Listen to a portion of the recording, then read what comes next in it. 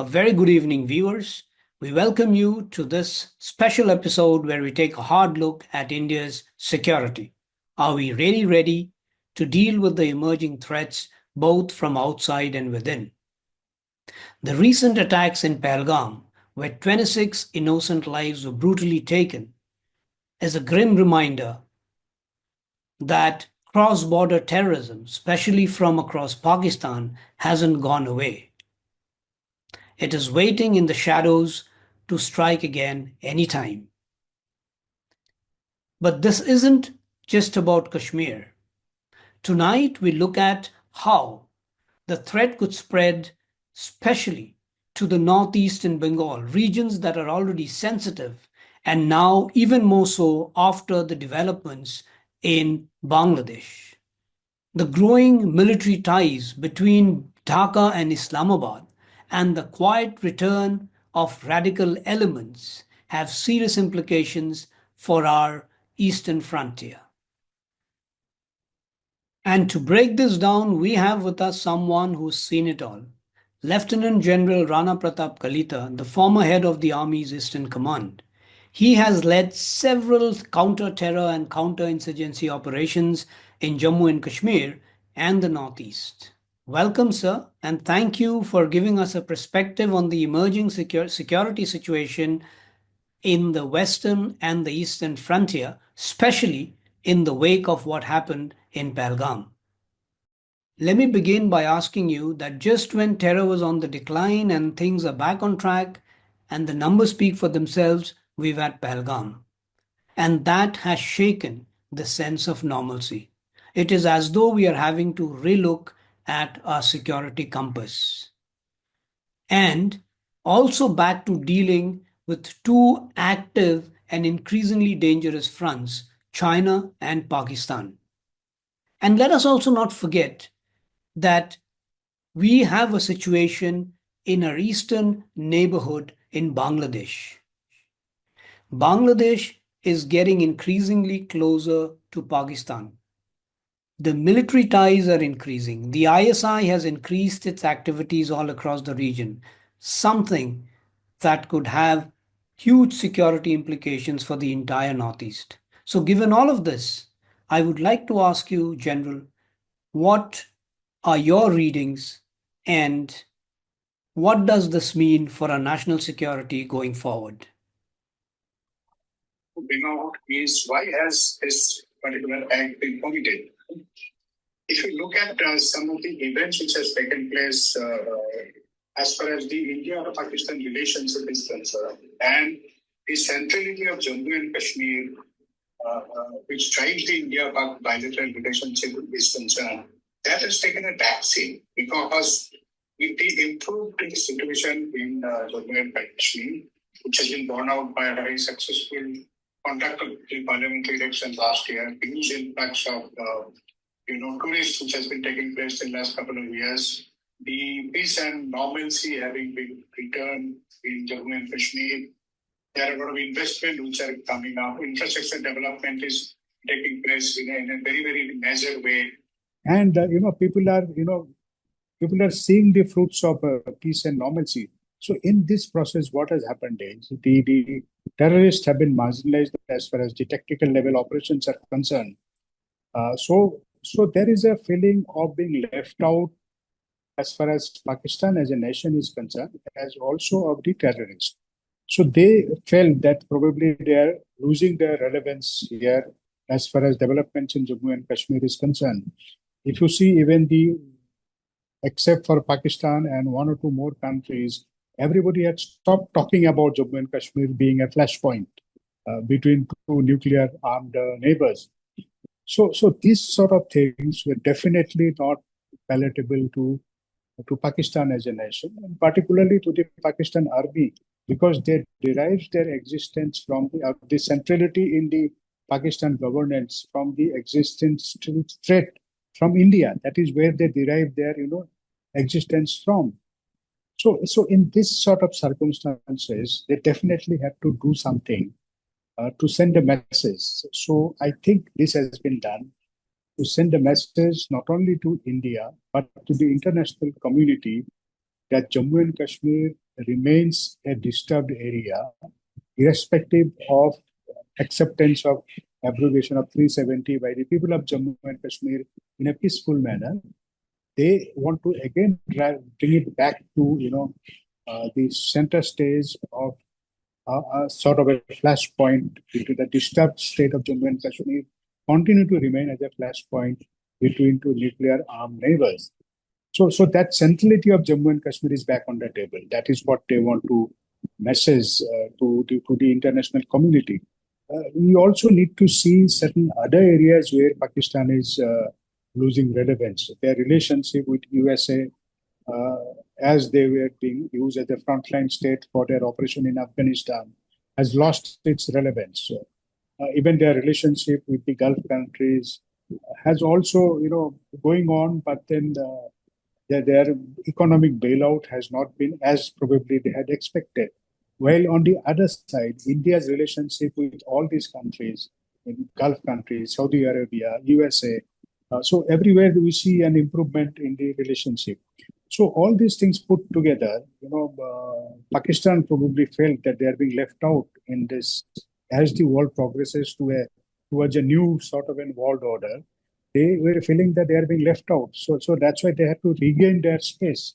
So what better than to undertake such a barbaric act so that Jammu and Kashmir is back in the center stage. That's my perception as far as the strategic level geopolitical situation is concerned. Right. So coming back to we'll talk about how it impacts the northeast and its surrounding areas and the neighborhood, because it definitely has an impact on the northeast as well. So just here, if I could just, sir, just stop you and also just add the fact that China has also condemned this barbaric act in Pahalgam.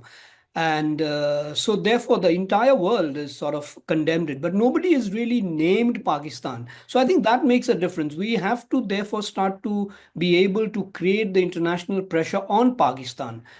Terrorists, cross-border terrorists coming and carrying out these kind of acts, we all know. But as long as we don't name Pakistan or we don't get the international community to pressure Pakistan, even China included, how is it going to really then make any difference? You see, at the initial stage, I don't think any country in the international relationship, without some substantiated proof, nobody is going to name at the initial stage itself. But everybody knows where the problem lies, including China. Even China is facing a lot of problem as far as CPAC is concerned, which is facing a lot of security threats, particularly in Balochistan as well as in Khyber Pakhtunkhwa. What Pakistan establishment has been promising them has not been delivered on ground, and we see Chinese engineers and workers being killed all along, or being targeted. So definitely in international relationship, people without taking the names of the country are condemning the act, and we all know where this finger is pointing towards. Not only China, I would say that even Afghanistan has condemned this particular terrorist act. And you see the type of instability that is there along the Duran line in the Afghanistan-Pakistan border. So that is also Afghan Taliban who are ruling the state, ruling the country now, are up in arms against the Pakistan state. There has been frequent conflicts and there has been frequent cross-border firings, as also Pakistan ordering all Afghan people to leave Pakistan and go back to Afghanistan. So these sort of things, as far as geopolitical developments are concerned, will go on. But I'm convinced that everybody knows in heart of hearts where the problem lies. So, but then in terms of like now looking at, sir, there's been a history of the ISI in the Northeast. The ISI has been engaged with the NNC. They've been engaged with the NSA and IM at different points of time in the 60s. And then they've been engaged with the MNF. They've provided them shelter in the CHT. That was prior to the, I think, formation of Bangladesh, and even in 1971. And we also have their engagement with other groups, other insurgent groups of the Northeast. And we know for a fact, and this has been reported widely, not now, for a long time now, for over decades, that the Pakistan embassy or the Pakistan consulate office in Dhaka continues to be the nerve center of the ISI. And now, with what's happened in Bangladesh and the way the interim government under Professor Muhammad Yunus has pivoted towards Pakistan and the way things are unfolding in terms of an upgrade of the military to military between Pakistan and Bangladesh, and the visits by the ISI high level delegation to not just Dhaka but to CHT and having meetings with different groups, followed by the other meetings that you have seen of the foreign secretary, and now we'll have another meeting, a visit by the deputy prime minister of Pakistan. So how does all that really play out, and how concerned should we be? You see, like you have mentioned, even prior to 71, when it was East Pakistan and West Pakistan were one nation prior to formation of Bangladesh, ISI had been actively supporting, being based in Bangladesh, actively supporting all the insurgent groups which were operating in the Northeast. Even after 71 also, through various proxies or front organizations, they have been providing support and in fact inciting various insurgent groups to take action against India to spread disturbance within the Northeast in particular. So these sort of actions have been going on for years till Sheikh Hasina's government came into power, and wherein we all know that the Alpha camps were all removed and other camps were also removed. And that saw, we saw those manifesting into return of normalcy in a lot of states in Northeast, particularly in Assam. Assam has recovered and regained its own, status of being a peaceful state. Tripura also situation is returned to normalcy. Other states of Nagaland and Manipur, of course, that complexity is there because of the Indo-Myanmar border and the instability in Myanmar. So as far as coming back to Bangladesh, the regime change after Sheikh Hasina was thrown out of the country has actually, firstly promoted two things which are not in the interest of India in general and Northeast in particular. First is the growing proximity of Bangladesh with Pakistan as well as China. So with China, it has been always on, but Pakistan comes into the fray now, and Pakistan and China, we all know, they claim that their relationship higher than mountains and all these things. So they are close allies that we know. So it's a China, Bangladesh, Pakistan. So that's sort of posturing or relationship which is probably has got anti-India, probably dimensions. So that we only time will say.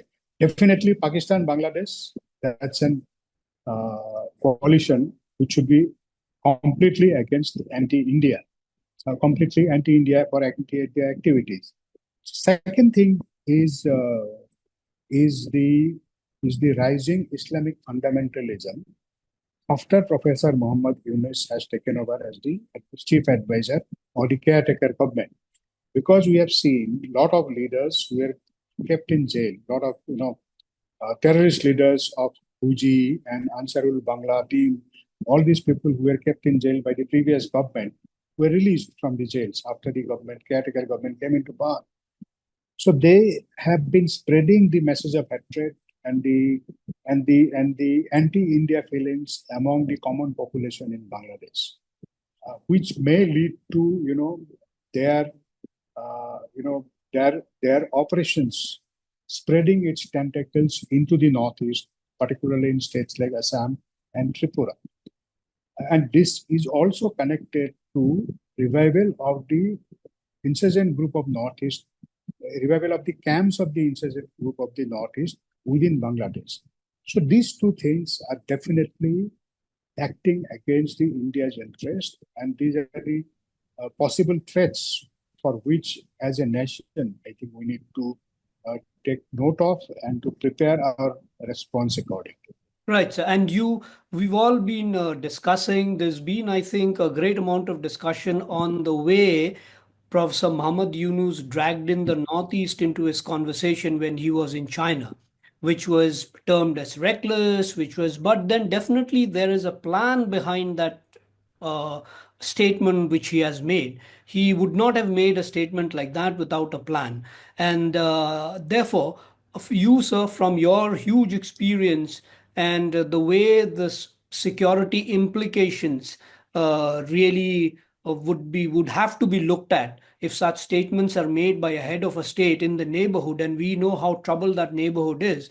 Do you think then, therefore, we have to be that much more prepared now than we were before to be able to also tackle Bangladesh or address the situation in Bangladesh from a different prism and not just look at Bangladesh as that odd neighbor we had once treated them as a neighbor? We have helped them to get their independence, and after that, whatever has happened politically or otherwise, we've been continuing to see that we have a sphere of influence in Bangladesh. But today, Bangladesh's pivot, like you've said, it's not just China, it is not just Pakistan, sorry, but it is also China, and Bangladesh is also their military leaders are also meeting leaders in Pakistan. They had a meeting with the chief of the army staff, army staff in Pakistan, with Asim Munir, General Asim Munir, and all this really, I think, plays into a narrative that we've got to be, I think, looking at differently. But I don't know. We don't have the expertise. Therefore, asking you,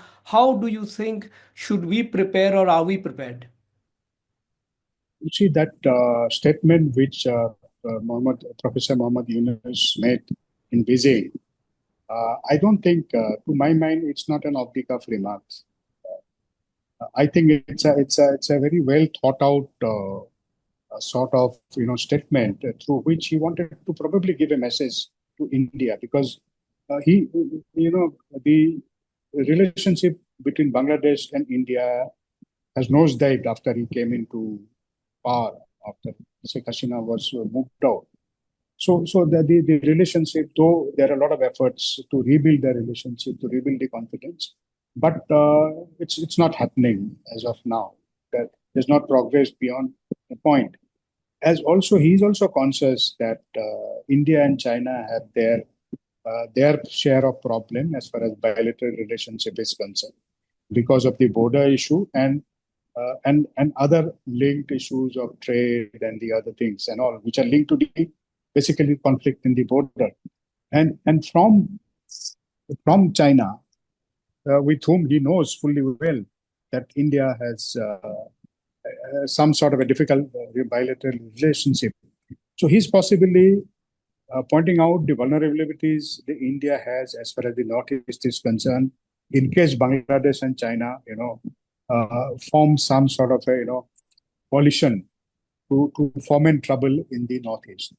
So that's the sort of messaging that if India goes beyond a point, we can also do something like if I get into a collaboration with Chinese and we can foment trouble in Northeast. I think that's the type of possibly a message which he was trying to give to India. It's only my personal views. Looking at the timing of the thing and the various other geopolitical developments, whether the Chinese are party to it or not, that's something I don't think that would be a possibility. So that's quite unlikely. But then definitely he possibly wanted to give a message. So that's as far as his statement is concerned. But what you said about the growing cooperative sort of relationship between Bangladesh and Pakistan, particularly with Pakistan Army and ISI's increased visit and presence in Bangladesh, is definitely not in our interest. So because they are definitely there with a purpose. ISI chief, I'm told, had also come to, had visited the Rangpur division, which borders Siliguri corridor, in addition to Chittagong. And that has been followed up with some port calls by naval ships at Chittagong port also, and plus like the visits you have mentioned. So all these are indicative of Bangladesh trying to, collaborate with Pakistan and to see what sort of, and in any case, like I mentioned earlier, the fundamental forces, Islamic radicalized forces, are as it is in majority in Bangladesh and who are driving the narrative in Bangladesh as of now. So Pakistan and Bangladesh, which is fundamental in nature, which are religious fundamental approach, is definitely not good news to India, particularly more so because of the porous nature of border which we have in the northeast. That India-Bangladesh border, in spite of the fencing which has been created, is extremely porous because of the same ethnicity people living on both sides. And there are smuggling, there are weapon running, and local issues also drive a lot of development which along the India-Bangladesh border. So if you also look at the demography along the India-Bangladesh border, all along, starting from West Bengal, Meghalaya, Assam, not leave aside Meghalaya, Assam, and Tripura. So that demography has also are indicative towards if it's a quite a I would say So is a there a sort of a larger plan? sensitive. Sorry, sir, just stop. Is there a larger Yeah. plan that we had before also General Sinha when he had reported, and that report became sort of the Yeah. Bible for even changes to our the laws here, and it also impacted the citizenship law. So do you think there is a game plan which General Sinha had spoken about in the 90s, in the late 90s? See whether there is a grand plan or not. It's very difficult to say, but then definitely that had been there even from right from even before partition. Also, the people of Bangladesh, they wanted the entire northeast, at least in Assam, part of the greater East Pakistan at that point of time, and which was nixed by the Gopinath Bardaloy and those other leaders at that point of time when partition took place. So people still, some of the people, even after Sheikh Hasina was removed, had talked about again that the greater Bangladesh, which is comprising part of Assam and the northeast.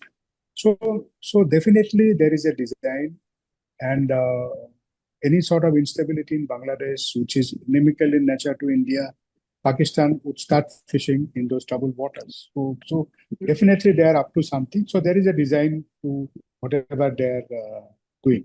Right. So here's I would like to, because it's a very important point you've brought up. So now we've seen the developments in Bangladesh, and like the way you have so beautifully described in terms of the history and where we are today.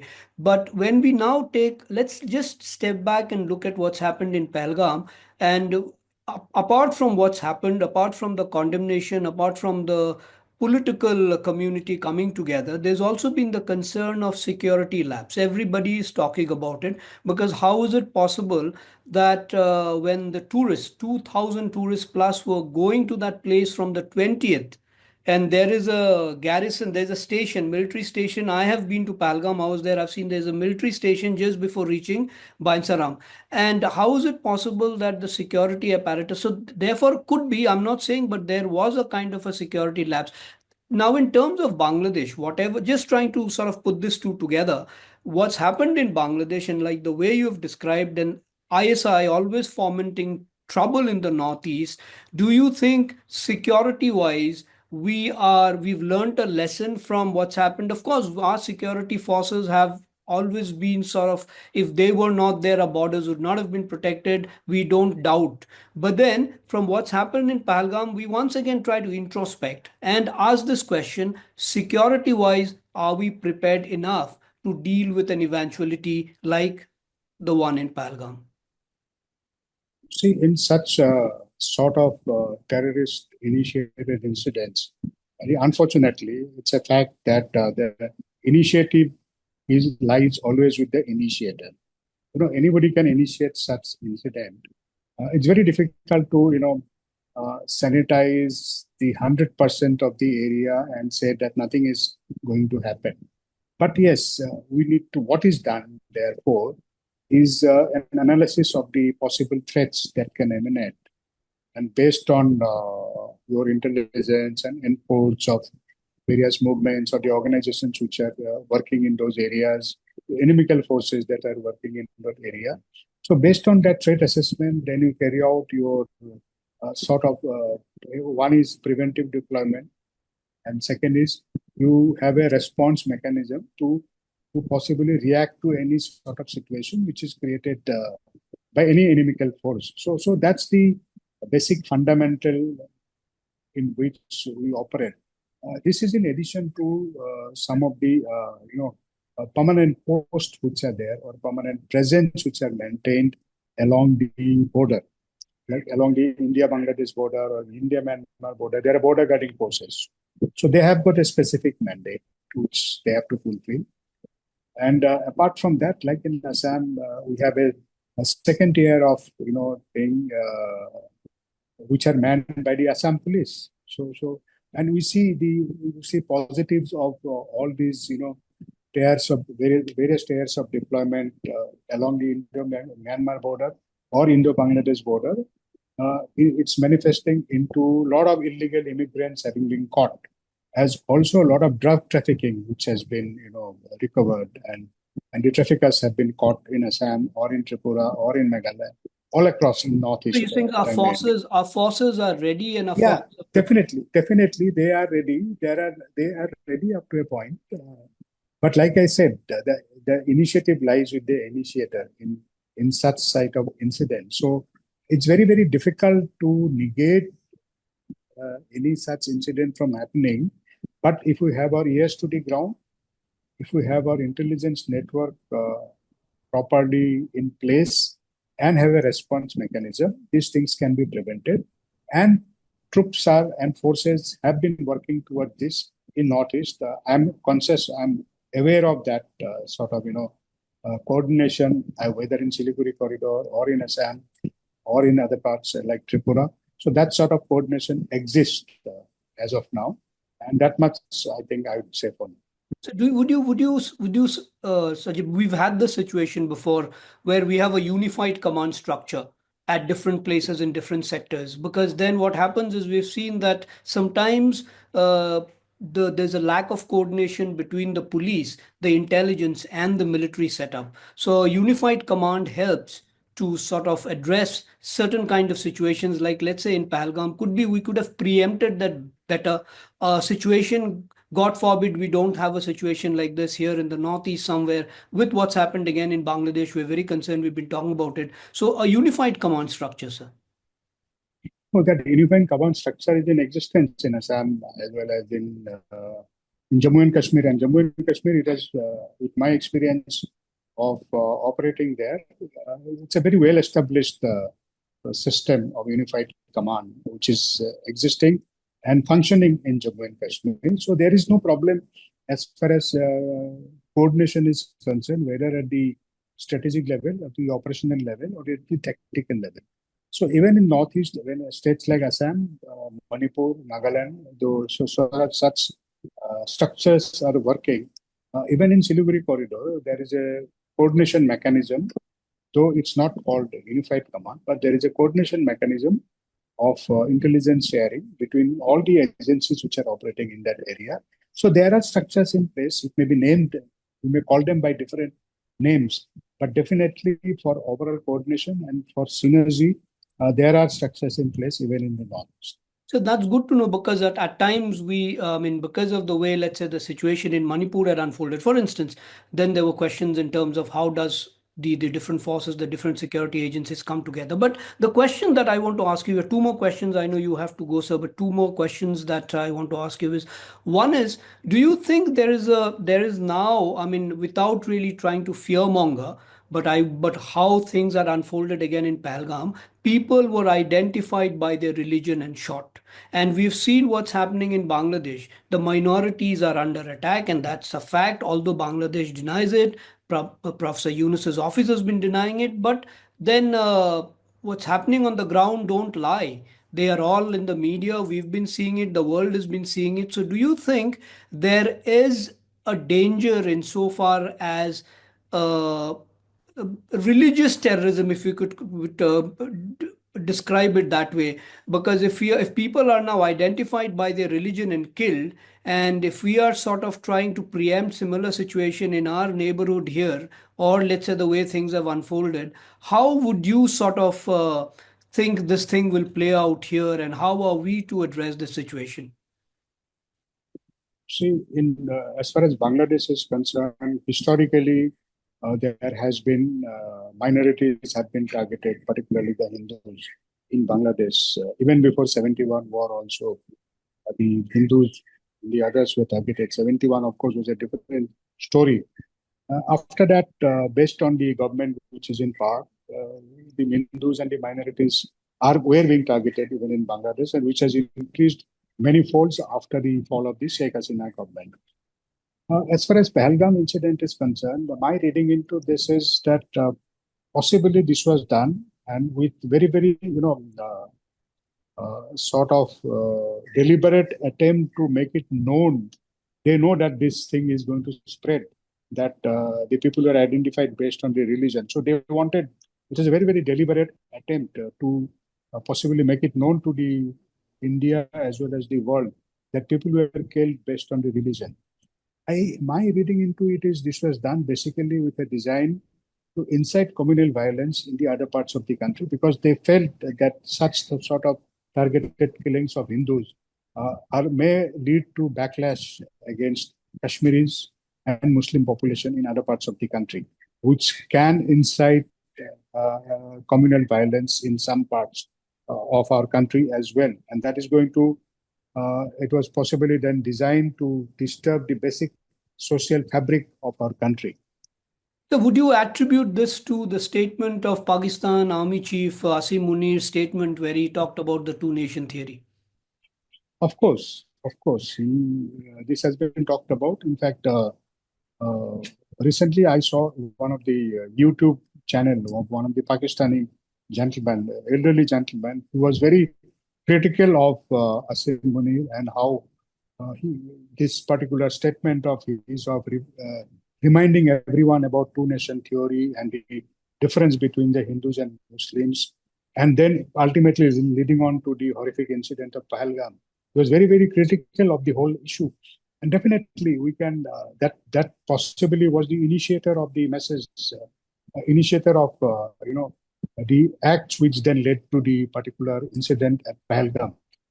Because he was getting us back into what I had mentioned earlier, that centrality of Jammu and Kashmir and the distinct difference between India and Pakistan based on religious ground. Right, sir. And finally, sir, I just want to ask you in terms of two places. One, of course, you have spoken about elaborately during the event that we held last year and also after that is the Siliguri corridor, because that's been spoken about now. People have realized the vulnerability of the Siliguri corridor. And one, the Chittagong Hill Tracts, because that's where a lot of activities are taking place. So putting these two together, and of course, all the other developments where Lal Monir Hut has come into the picture with the Bangladeshis have requested the Chinese to develop an airstrip for them over there. So all this put together, sir, how safe is the Siliguri corridor and the Northeast? See, the vulnerabilities of Siliguri corridor is well known. And I think the nation and the various government officials and the policymakers of India are quite conscious of the fact, vulnerability of Siliguri corridor, because that's the connectivity to the Northeast, we all know. So there has been, a lot of steps taken to ensure, to try and ensure to remove these vulnerabilities in terms of some sort of alternate routes to the Northeast. That is one. As also to improve the defensibility of these of Siliguri corridor to to different types of threats, including the hybrid threat which it may face. Right, sir. So, and then in terms of the CHT, where we've seen a lot of developments taking place, like I've mentioned, the ISI high-level delegation was there. They had a meeting in one of the Rohingya camps, at least that was there in the reports. And those kind of developments, how does it concern you, sir, as a security expert, as a person who's been in this business for so long? Definitely, any such collaborative effort of countries which are inimical to us raises our eyes. So, with what purpose they are going there? So that has been creating that Siliguri Chittagong Hill Tract has a potential of creating trouble for the Northeast. It also has a potential for creating trouble for Bangladesh. So that also we need to understand and And Myanmar, sir, on take the note other. of. Yeah. So it's contiguity to Myanmar, the Rohingya, and all these complexities. Are built into when you talk about developments in Chittagong Hill Tract. So definitely, as a nation, we need to take note of all these developments and have our powders dry. Right, sir. So finally, sir, before I let you go, just here, I mean, everybody, I don't want to second guess, but what would be India's response to the present situation insofar as Pahalgam is concerned? Do you think India's response will be measured, it will be step by step, or will we see a response which will be immediate in the next few days? See, immediately, whatever could be done has already been done in terms of the diplomatic measures and suspension of the Indus Water Treaty. As also downgrading the diplomatic relationship, which has already been announced. Indus Water Treaty definitely, any disturbance in the flow of water into Pakistan has a major impact on the Pak Punjab, because which is the heartland which controls everything in Pakistan. So I think India is a nation is going about in a very, very deliberate manner, knowing fully well what steps need to be taken at what point of time. And because we need to carry out an assessment of whatever steps we are wanting to take, what sort of impact it is going to have, what would be the retaliation of that particular step from the Pakistan, how does it impact the overall geopolitical situation, and whether if it is a military measures, whether we'll be able to control the escalatory ladder, because some action which we take definitely would call for retaliation from the Pakistan side. So will we be able to control the escalation? So all these, I think, would be taken into consideration before initiating any measures. Right, sir. We'll wait and see what that response is. But thank you so much, sir, for your time and for these valuable insights, which is very useful for us and for our audience here. Thank you so much. Thank you very much. Thank you.